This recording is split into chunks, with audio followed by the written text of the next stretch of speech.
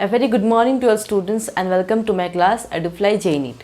Like in previous class, I have discussed with you all mollusca and I've already shared the video with you, the octopus, which I have seen during my Port Blair days. So today I am going to discuss about phylum Arthropoda. So few of the things I'll just tell you.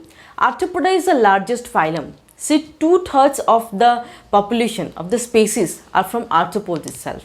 Fine. See, like butterfly, prawns, mosquitoes, spiders, scorpions, all those belongs to the phylum Arthropoda. See, I have shown you, no doubt my drawing is not so good, but see, butterfly I have shown you.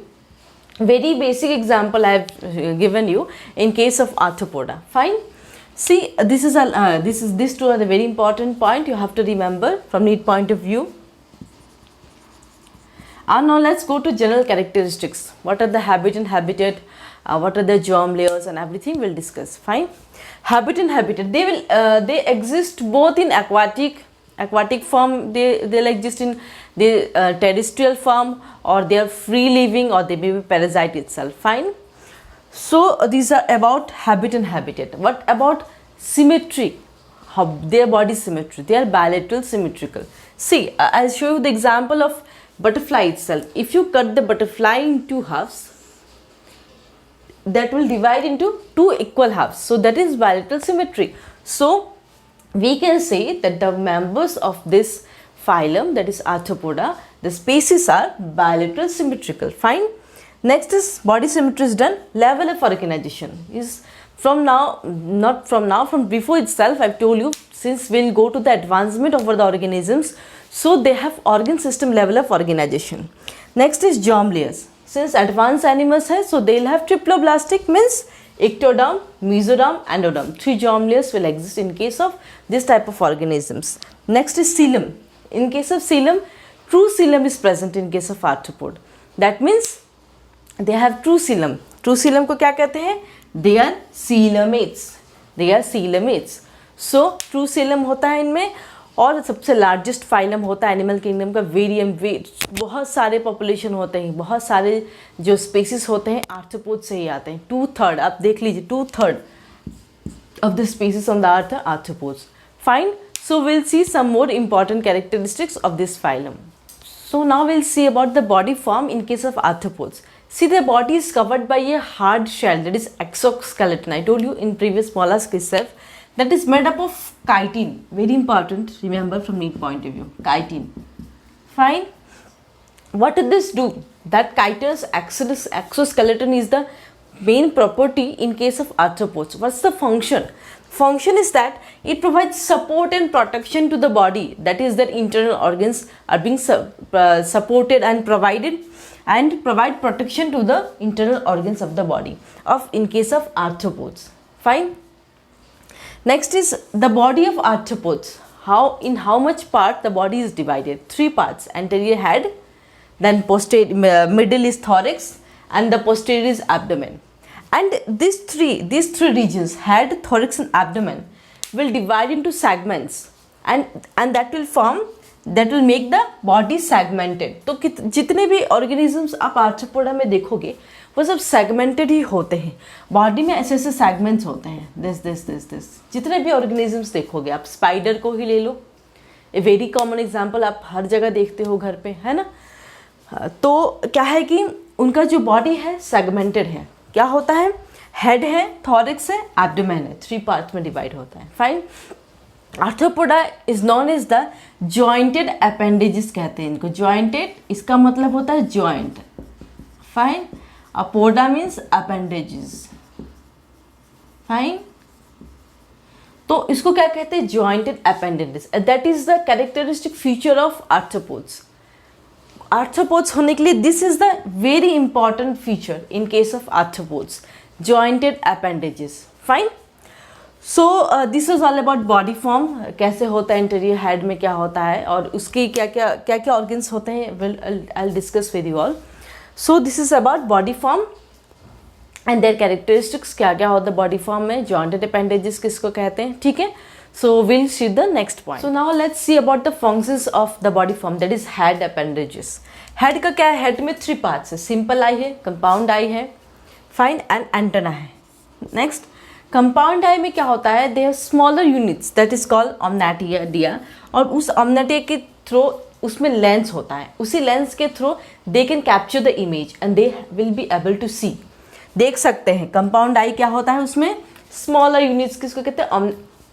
It's not omnatidia, omnatidia, each having a lens and forming an image. Fine. So with this, they'll be able to see, capture image and they'll see. Next is appendages. Appendage का function क्या होता है? Like crawling, defence, copulation, like feeding, walking, jumping करना हुआ, swimming करना हुआ, जो भी कुछ भी करना होगा, they'll take the help of appendages. Fine, but there is always an exception. See, lepisma is known as silver fish. They are wingless insect, उनका विंग्स नहीं होता है. फाइन, विंग्स किस लिए होता है? उसके लिए मैंने तो अपेंडेजेस का फंक्शन बताया आपको, लेकिन वो सिल्वर फिश जो है उनके पास विंग नहीं है. They are wingless insect. And remember this from NEET point of view because this is exception here. Fine, appendages का फंक्शन याद रहेगा. हेड में कौन से पार्ट होते हैं? सिंपल आइज होते हैं, कंपाउंड आइज होते हैं. कंपाउंड आइज में क्या होता है? एंटेना होता है. कंपाउंड आइज में क्या होता है? वहाँ पे ऑमनेटिडिया होता है, जिसमें वो लेंस होता है. उस लेंस के through they will capture the image and then they will be able to see. Fine, so this is about body form, head appendages. हो गया. फाइन, आई होप मैं आपके सारे डाउट्स क्लियर करके जा रही हूँ. And just revise my notes, and if you have any doubts you can just ask the question. You can comment me in the comment section, or you can just email us or email me, or you can just contact me, whatever be the mode of communication. Just do your best and give your NEET exam very best. Give your best. Fine, so let's see next point. So we'll talk about digestive system now in case of arthropods. Fine, digestive system कैसा होता है? They have complete digestive system and they have glands. Fine, but they have mouth is provided in case of arthropods. What are the functions? Like biting, chewing, like piercing, नकोचना, या फिर sucking, blood sucking हो गया, या फिर sponging हो गया, lapping हो गया. These are the functions of those things. Mouth है तो माउथ की क्या फंक्शन है, माउथ पार्ट्स की फंक्शन है, वो बता रहे हैं हम. ठीक है. फाइन, डाइजेशन कैसा होता है उनका? Completely extra cellular. Fine, digestion कैसा होता है उनका? एक्स्ट्रा सेलुलर होता है, इंट्रा नहीं होता, एक्स्ट्रा सेलुलर. फाइन, तो डाइजेस्टिव ट्रैक्ट क्या होता है? कंप्लीट होता है, ग्लैंड्स होते हैं. याद रखिएगा माउथ का क्या क्या पार्ट्स है, माउथ का क्या फंक्शन है. ठीक है. और डाइजेशन कैसा होता है? Extra cellular. अब हम बात करेंगे रेस्पिरेटरी स्ट्रक्चर क्या होते हैं इनमें कैसे कैसे जो ऑर्गेनिजम्स है, जो स्पेसिस है, वो कैसे रेस्पिरेट करते हैं. ठीक है, रेस्पिरेटरी स्ट्रक्चर क्या है उनका. Fine, so let's see next point. So let's see about respiratory structures in case of arthropods. There are various mode of respiratory structures in which the organisms can respirate. So variety of respiratory structures are there. Gills will be present in like जो aquatic में रहते हैं, those who stay in water, those organisms, they will respirate through gills. So कहाँ present होते हैं? Aquatic arthropods like prawns, crab, etc. And they are known as crustaceans. इनको क्या कहते हैं? Crustaceans. Fine, ये common term है crustaceans. Crustaceans में ये सारे organisms आते हैं. Fine. बुक गिल्स क्या होता है? Present in limulus. लिमुलस एक स्पीसीज, एक ऑर्गेनिज्म है, उसको क्या कहते हैं? किंग क्रैब कहते हैं. Fine, next is book lungs. Book lungs arachnids में, जैसे स्कॉर्पियंस हो गए, स्पाइडर्स हो गए, उन सब में बुक लंग्स होते हैं. नेक्स्ट इज ट्रैकियल सिस्टम में क्या होते हैं? जितने insects like butterfly, cockroaches, mosquitoes etcetera, जितने भी इंसेक्ट्स आते हैं वो सारे ट्रैकियल सिस्टम के थ्रू रेस्पिरेशन करते हैं. Fine, so very important, NEET की और से ये क्वेश्चंस देख लीजिएगा, रिवाइज करके जाइएगा. रेस्पिरेटरी स्ट्रक्चर्स क्या क्या होते हैं. ये ऐसा फाइलम है जिनमें 4 रेस्पिरेटरी स्ट्रक्चर्स हैं जिसके थ्रू ऑर्गेनिजम्स रेस्पिरेट होते हैं. ठीक है, तो this is all about respiratory structures. अब हम और भी कुछ इंटरेस्टिंग फैक्ट्स जानेंगे आर्थ्रोपोड्स के बारे में. Fine, so now will see about circulatory system. Circulatory system कैसा? ओपन टाइप होता है, मतलब blood won't flow in the blood vessels. Instead, they'll flow in the hemocoel. They'll flow in the hemocoel instead of blood vessels. Blood is called hemolymph and it is colourless, very important from NEET point of view. इनका blood होता है बिल्कुल colourless होता है। Fine. Arthropod, जैसे आपने example बताती हूँ मैं लिजर्ड की, लिजर्ड जैसे कि आपने कोई भी लिजर्ड हो गया, छिपकली हो गई, उसका देखना आप ब्लड रेड नहीं होता है, उनका कलरलेस होता है। They don't have blood, they have colourless with white blood corpuscles होते हैं, उनमें रेड ब्लड नहीं होता। लाइक आस हमारे में क्या होता है, रेड ब्लड होता है, लेकिन उनके में नहीं होता है। Fine. Blood is called haemolymph and it is colourless, very important, याद रखिए, इनमें कलरलेस ब्लड होता है। Next is excretory system. इनके पास क्या क्या होता है, डिफरेंट ऑर्गेनिजम्स, डिफरेंट स्पीसीज है तो उनको डिफरेंट एक्सक्रीटरी सिस्टम है। इंसेक्ट्स का क्या है, इंसेक्ट्स कैसे एक्सक्रीट करते हैं, मल्फिगियन ट्यूबस एक उनमें ग्लैंड होता है, मल्फिगियन ट्यूबस कहते हैं। क्रस्टेशियंस में क्या होता है, ग्रीन ग्लैंड्स होते हैं। एरेक्निड्स में क्या होता है, कॉक्सल ग्लैंड होते हैं, और किंग क्रैब में भी कॉक्सल ग्लैंड होते हैं। तो this is very important from NEET point of view. वो individually they can ask the question. और एक्सक्रीटरी मटेरियल क्या होगा, if they are in aquatic form then they'll excrete as ammonia, that is ammonotelic organisms, and if they are insects so they excrete uric acid, that is uricotalism। इसको क्या कहेंगे, uricotalism, uricotalism। Those who excrete the uric acid they are known as uricotalism, and those who excrete ammonia they are known as ammonotelic। Fine, I hope I am clearing your doubts। So this is all about circulatory system, excretory system. Remember excretory system is very important from NEET point of view. I am telling you again and again, star mark, बहुत सारे star mark, बहुत सारे star mark, ठीक है, ताकि आपके दिमाग में बैठ जाए कि एक्सक्रेटरी सिस्टम बहुत इंपॉर्टेंट है हम NEET point of view. Fine. So अब चलते हैं नेक्स्ट पॉइंट की ओर। So will see about nervous system. Nervous system में क्या होता है, मिड वेंट्रल नर्व कॉर्ड होता है। सेंस ऑर्गन्स कौन कौन से पार्ट होते हैं, eyes, simple and compound, chemoreceptors, tactile receptor, touch receptors, and statocysts for maintaining balance। Fine। Next is reproductive system। Reproductive system में क्या होता है, dioecious, sexes are separate, male and female organs are separate। Fine। Asexual reproduction absent होता है, but sexual reproduction present होता है, ठीक है। Next है females जो है mostly they are oviparous, that is egg laying mammal, egg laying animals, egg laying। Fine।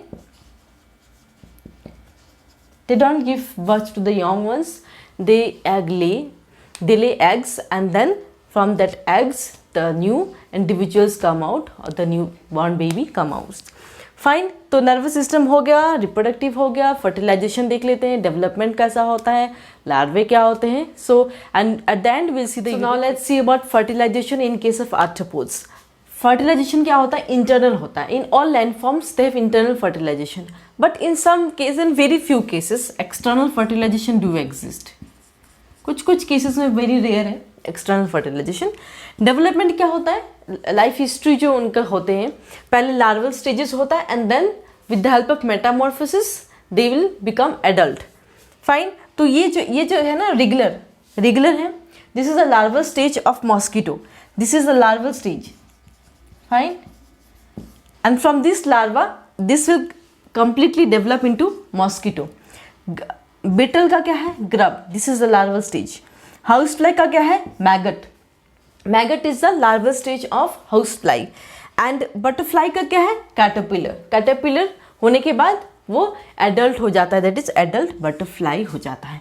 so this you remember from NEET point of view, very important about the development, about the larval stages and different species like mosquito, beetle, housefly and butterfly। Fine। So this is about fertilization and development। Now we'll see about the unique features of this phylum, that is for the last moment revision for NEET aspirants। So last minute revision for NEET students, this 5 points, 6 points remember। First, jointed appendages modified in case of arthropods। Next is chitinous exoskeleton that is present, and see this chitinous exoskeleton, this will shed at SHED at regular intervals। मतलब एक interval के बाद वो अपने आप गिर जाते हैं, chitinous exoskeleton, and that is known as ecdysis, ECDYSIS, ecdysis or molting, MOULTING। This process is known as ecdysis or molting, which I missed during my session। So this chitinous exoskeleton will shed at regular intervals, and that is known as ecdysis or molting. Fine. Third is trachea.